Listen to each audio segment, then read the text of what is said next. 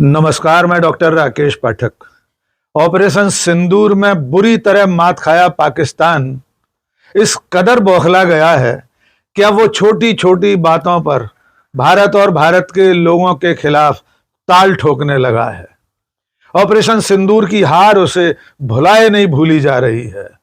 अब हालात ऐसे हो गए हैं कि सिर्फ बलूचिस्तान का नाम लेने भर पर पाकिस्तान ने हिंदुस्तान के सुपरस्टार सलमान खान को आतंकवादी घोषित कर दिया है। सलमान खान का नाम आतंकवादियों की लिस्ट में, फहरिस्त में शामिल कर दिया गया है। जी हां दोस्तों, यह चौंकाने वाला खुलासा चंद घंटे पहले हुआ है।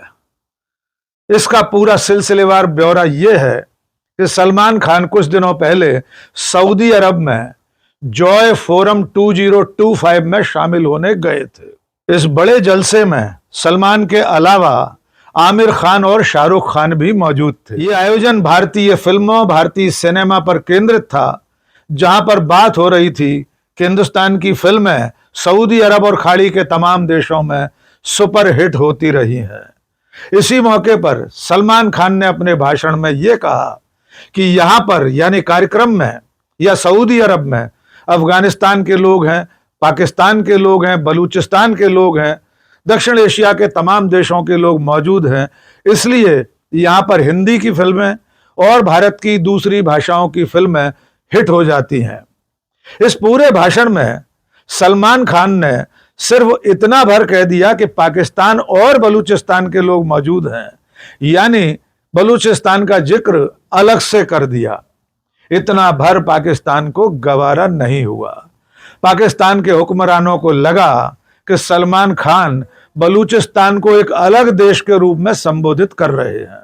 सलमान का भाषण वायरल होने के बाद पाकिस्तान की सरकार तिलमिला गई और उसने बौखलाहट में सलमान खान को आतंकवादी घोषित कर दिया। पाकिस्तान के बलूचिस्तान प्रांत के गृह मंत्रालय ने पिछले दिनों एक नोटिफिकेशन जारी करके सलमान खान का नाम एंटी टेररिज्म एक्ट 1997 के चौथे शेड्यूल में शामिल कर दिया।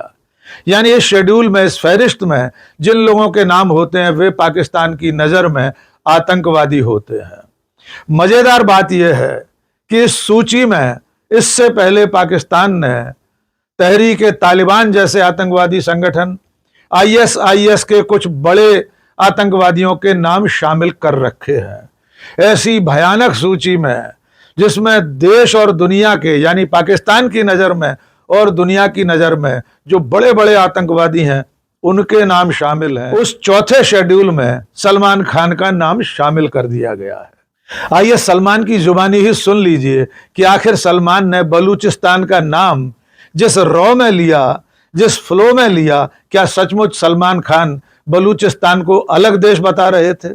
आइए सुनते हैं सलमान ने जॉय फोरम 2025 में सऊदी अरब में क्या कहा।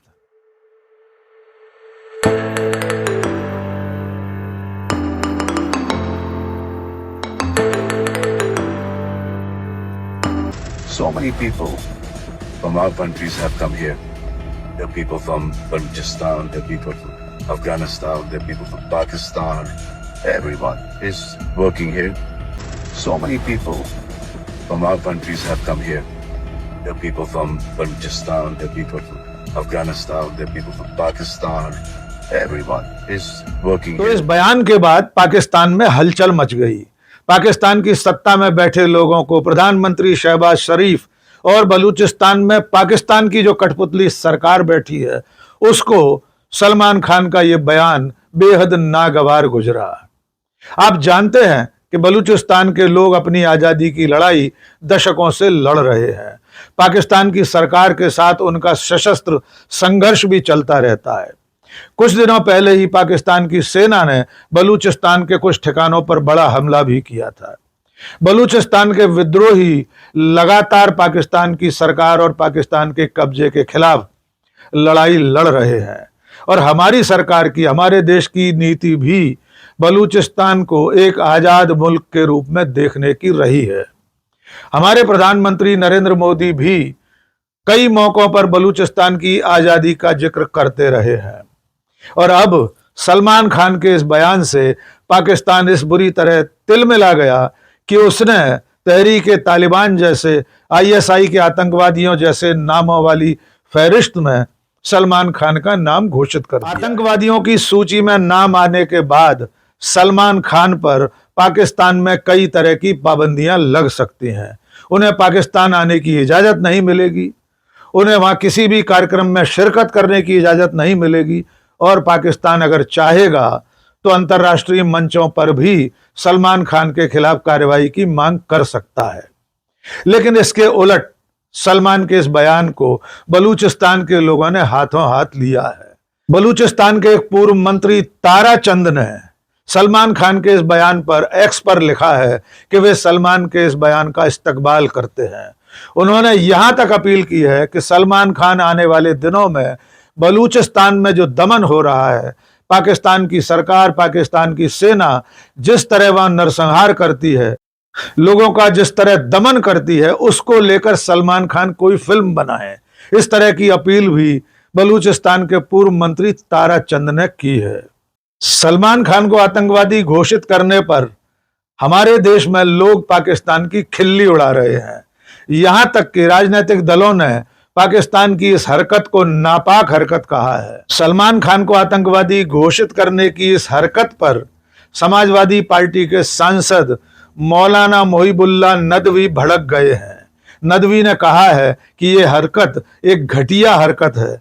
पाकिस्तान के कहने से भारत के इतने बड़े अभिनेता को कोई भी आतंकवादी नहीं मान लेगा। नदवी ने यहां तक कहा है कि सलमान खान तो छोड़िए, भारत के किसी आम नागरिक को भी पाकिस्तान आतंकवादी घोषित नहीं कर सकता। नदवी ने कहा है कि पाकिस्तान में तो लोकतंत्र तक नहीं है, वहां तो एक प्रधानमंत्री भी जेल में है। नदवी ने कहा कि पाकिस्तान की इस हरकत को हिंदुस्तान के लोग बर्दाश्त नहीं करेंगे। आइए चलते चलते सलमान खान के भाषण के उस टुकड़े को एक बार फिर सुन लेते हैं जिसमें सलमान कह रहे हैं कि यहाँ अफगानिस्तान के, पाकिस्तान के, बलूचिस्तान के लोग रहते हैं। ये लोग मेहनत से अपना काम करते हैं और इन सब की बदौलत हिंदुस्तान का सिनेमा, भारत की फिल्में यहाँ पर हिट हो जाती हैं। आइए सुनते हैं। So many people from our countries have come here. There are people from Balochistan, there are people from Afghanistan, there are people from Pakistan. Everyone is working here. So many people from our countries have come here. There are people from Balochistan, there are people from Afghanistan, there are people from Pakistan. Everyone is working here. So many people from our countries have come here. There are people from Balochistan, there are people from Afghanistan, there are people from Pakistan.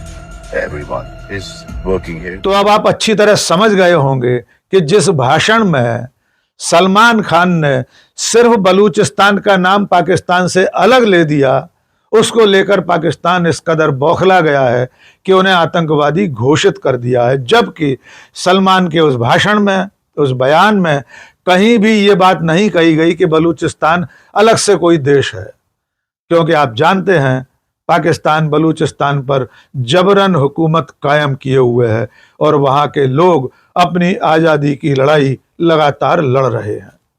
आज के इस video में बस इतना ही। बहुत बहुत शुक्रिया। जय हिंद।